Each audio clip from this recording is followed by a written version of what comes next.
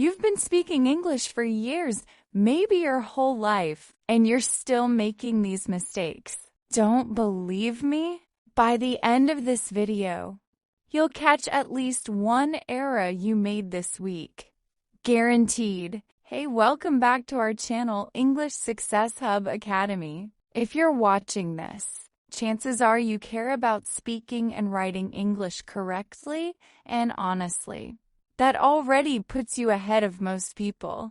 Today we're going to talk about 5 mistakes that even fluent English speakers make all the time. Not beginner mistakes. I'm talking about errors that show up in emails, in job interviews, and conversations between educated adults. Mistakes that can quietly make you sound less confident, less professional, or just off. And the best part? Once you learn these, you'll start noticing them everywhere, in news articles, in social media posts, maybe even in things your boss writes. So, let's get into it. Mistake 1. Confusing your and its cousins. I know what you're thinking. That's so basic, but stick with me because this goes deeper than you think. Most people know that your is possessive, as in your bag or your idea, and your is a contraction of you are, as in you're amazing or you're going to love this. But here's why people still get it wrong. When we type fast, autocorrect doesn't always catch the context. And when we speak, both words sound identical. So the brain gets lazy. The same problem shows up with there, and there is a place over there. There it is. There is possessive, their house, their opinion. They're coming. They're wrong. And one more that trips people up. It's versus it's. It's equals. It is. It's a beautiful day. It's equals belonging to it. The dog wagged its tail. Here's a trick that never fails. Substitute the full form and see if the sentence still works. If you can replace it with it is and it makes sense, great. Use the apostrophe. If it sounds weird, drop it. The company lost its reputation. Doesn't work. So you write its reputation. Simple. Why does this matter? Because in writing, these errors signal carelessness. A hiring manager reading a cover letter with your so talented or Adura going to the meeting will notice every single time. Mistake number 2. Using less instead of fewer. Number 2 is one that drives grammar enthusiasts absolutely crazy. And once you learn it, you'll be one of them. The mistake, saying less when you should say fewer. You've probably heard things like, I need less meetings in my life. There were less people at the event than expected. Express lane, 10 items or less. That last one is literally printed in grocery stores across the world. And it's wrong. Here's the rule. Use fewer for things you can count.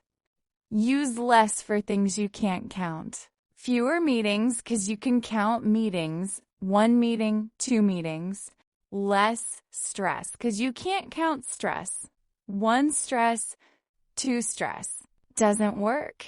Fewer people. You can count people. Less water. You can't count water. You measure it. So I need fewer meetings, correct? I need less water, correct? 10 items or fewer, correct? A helpful test. Ask yourself, can I count individual units of this thing? If yes, fewer. If no, less. This one's worth practicing because it immediately elevates how you sound in professional settings. It's one of those small things that separate someone who speaks carefully from someone who doesn't. Mistake 3, the dangling modifier. Okay, number 3 is where it gets a little more interesting and honestly, a little funny. A dangling modifier is when a descriptive phrase doesn't clearly connect to the word it's supposed to describe. The result? Sentences that are technically absurd, even if people kind of understand what you meant. Let me give you some examples. Walking down the street, the trees were beautiful. Read that literally, the trees were walking down the street. Obviously, the person was walking, but grammatically, the subject of walking should be the person, not the trees. The modifier, walking down the street, is dangling because it doesn't have the right subject. The fix, walking down the street. I noticed the trees were beautiful. Now I is doing the walking. Makes sense. Here's another classic one. Having finished the assignment, the TV was turned on. Did the TV finish the assignment? Apparently so, if we read this literally. The fix. Having finished the assignment, she turned on the TV. One more, and this one is genuinely funny when you stop and read it. As a new employee, the rules confused me. The rules are a new employee? What we mean is, as a new employee, I found the rules confusing. The pattern here is simple. Whatever comes right after the opening phrase must be the thing doing the action. If it's not, you've got a dangler. This mistake is incredibly common in professional writing. Academic essays, even published articles. Fixing it makes your sentences tighter, clearer, and more authoritative. And spotting it in other people's writing? That's genuinely satisfying. Mistake number 4, misusing I and me. Number 4 is one that causes a lot of confusion because people often overcorrect in the wrong direction. Here's what happens. Somewhere along the line, people learn that saying me and John went to the store is incorrect. The right version is John and I went to the store. Great. Lesson learned. But then people start applying I everywhere because it sounds more formal and educated. And that's where the new mistake begins. You hear things like, she gave the report to John and I. This is a great opportunity for you and I. Between you and I think he's wrong. All of those are incorrect. The right versions. She gave the report to John and me. This is a great opportunity for you and me. Between you and me, I think he's wrong. So how do you know which one to use? The drop test. Remove the other person and see which version sounds right. She gave the report to I sounds awful.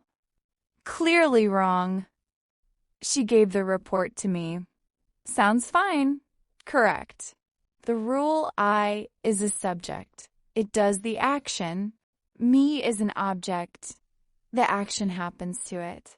John and I went, we're doing the going, subject, use I. She gave it to John and me. The giving is happening to us. Object, use me. Between you and I is one of the most common formal sounding errors out there. Now, it's always between you and me. Mistake number 5, affect versus effect. And finally, number 5, the one that confuses almost everyone, affect versus effect. Let's settle this once and for all. Affect is usually a verb. It means to influence or have an impact on something. The rain affected our plans. Stress can affect your health. How did the news affect you? Affect is usually a noun. It's the result or outcome of something. The effect of the rain was a canceled picnic. Stress has a negative effect on health. What effect did the news have on you? The memory trick, raven. Remember, affect is a verb. Affect is Noun. Now, I said usually because there are exceptions and they're worth knowing. Affect can be used as a verb, meaning to bring something about, as in to affect change, meaning to make change happen. This is rare and formal, but it exists. And affect can be used as a noun in psychology, referring to emotional expression. You might read the patient displayed a flat affect. Again, rare. Specific context. For everyday use, verb equals affect. Noun equals affect. Memorize that and you'll get it right 99% of the time. So those are 5 of the most common English mistakes. And now you're armed to avoid every single one. Let's do a quick recap. It's use the substitution test. Less versus fewer. Can you count it? Fewer, can't count it? Less. Dangling modifiers. Whatever follows the opening phrase must be the subject doing that action. I versus me, use the drop test. Remove the other person and listen. Affect versus affect, Raven.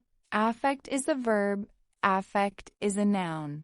If you found this helpful, give the video a like. It genuinely helps the channel grow. And drop in the comments, which of these mistakes have you been making? No judgment here, we've all been there. And if you want more videos like this, subscribe and hit the notification bell so you don't miss the next one. I've got episodes coming up on punctuation traps, preposition errors, and the most misused words in business English. Thanks for watching. I'll see you in the next one.